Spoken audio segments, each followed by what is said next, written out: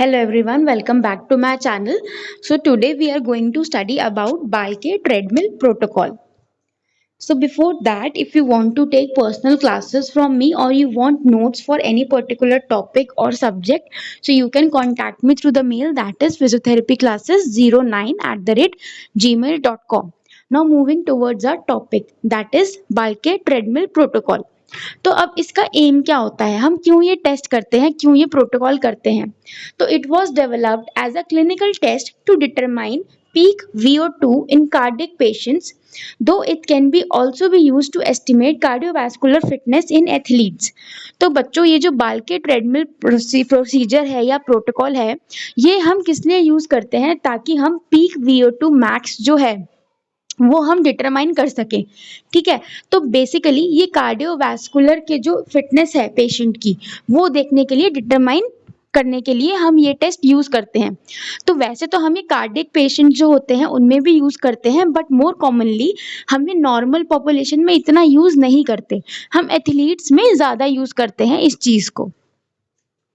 Now equipment क्या क्या लगेंगे इस टेस्ट के लिए?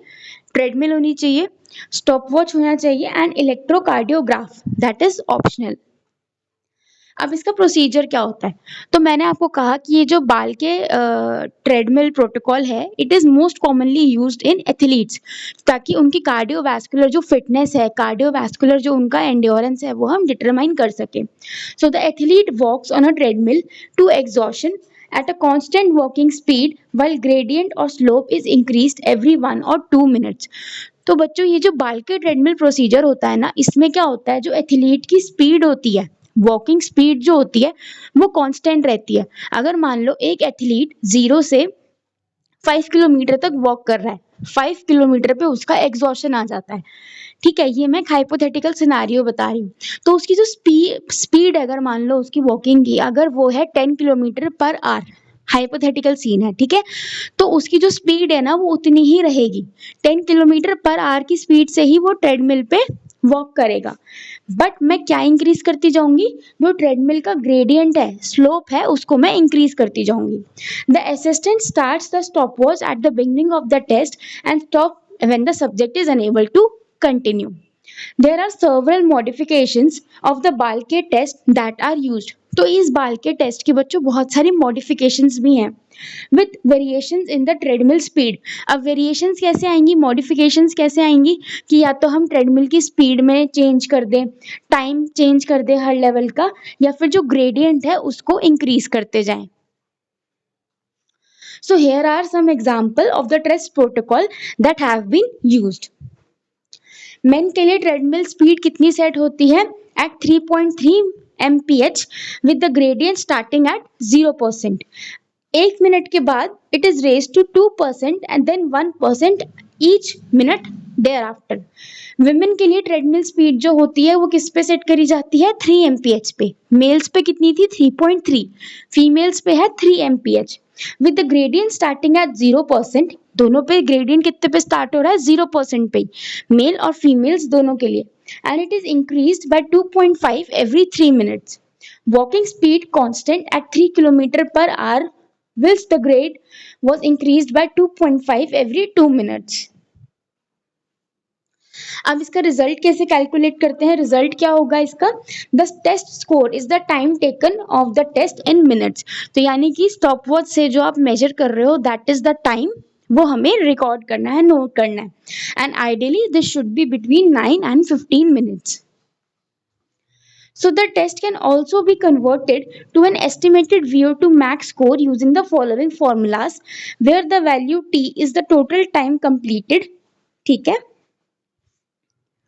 एंड द फॉर्मूला क्या है? मेन के लिए VO2 max is 1.444 T।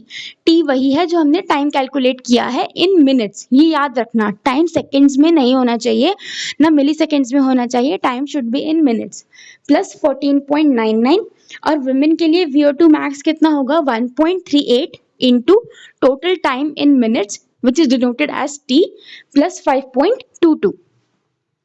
Now target population, तो इसका हमने अभी बच्चों पढ़ा था कि यूजुअली एथलीट्स में यूज करते हैं हम इस टेस्ट को, ऑल्दो हम नॉर्मल पॉपुलेशन पे भी यूज कर सकते हैं, बट हम किस पॉपुलेशन के ऊपर डायरेक्ट करेंगे अपना focus? Over the cardiac patients, ठीक है, जिनका हमें कार्डियोवैस्कुलर सिस्टम असेस करना है, उनके ऊपर हम टारगेट करते हैं इस वाले टेस्ट को। Therefore considered safe even for patient with severe left ventricular dysfunction. Advantage क्या है इसका? It measures maximum heart rate by recording heart rate during the test which can be used in training programmes to set workload intensity. तो यानी कि जो जो हमें rehabilitation में एक्सरसाइजेस करवानी है पेशेंट को, उसका वर्कलोड सेट करने के लिए भी ये टेस्ट एडवांटेजेस होता है। डिसएडवांटेज क्या है? इसमें एक बहुत लंबा चौड़ा आपको सेटअप चाहिए होता है, ठीक है, बाकी एरोबिक टेस्ट से कंपैरिजन में, और इसकी कॉस्ट भी होती है वो बहुत ज़्यादा होती है, so it is not cheap, क्योंकि ट्रेडमिल खरीदोगे आप, ठीक है, और अगर आपने इकोकार्डियोग्राम लगाया, ठीक है, तो उसका भी कॉस्ट जो है वो बढ़ जाएगी, so it is not at all a cheap test. Precautions क्या होंगे? This test is a maximal test. Maximal test मतलब कि हम जो एथलीट है या जो इंडिविजुअल है जिसकी हम टेस्टिंग कर रहे हैं, उसको हम बिल्कुल स्टार्ट से लेके एग्जॉशन तक लेके जाते हैं, so it is a maximal test. If used in recreational athletes और people with health problems, injury और low fitness level, please have medical assistance on hand. तो अगर कोई बिल्कुल ही जो इसका आपको पता है कि हाँ इसको प्रॉब्लम आ सकती है टेस्ट करते करते, तो आप प्लीज एक मेडिकल असिस्टेंट को अपने साथ जरूर रखिए during the testing. So these are the references from where I have taken the material. If you have any doubt or you have any problem regarding this, so you can contact me through the mail or you can write me down in the comment section. Thank you.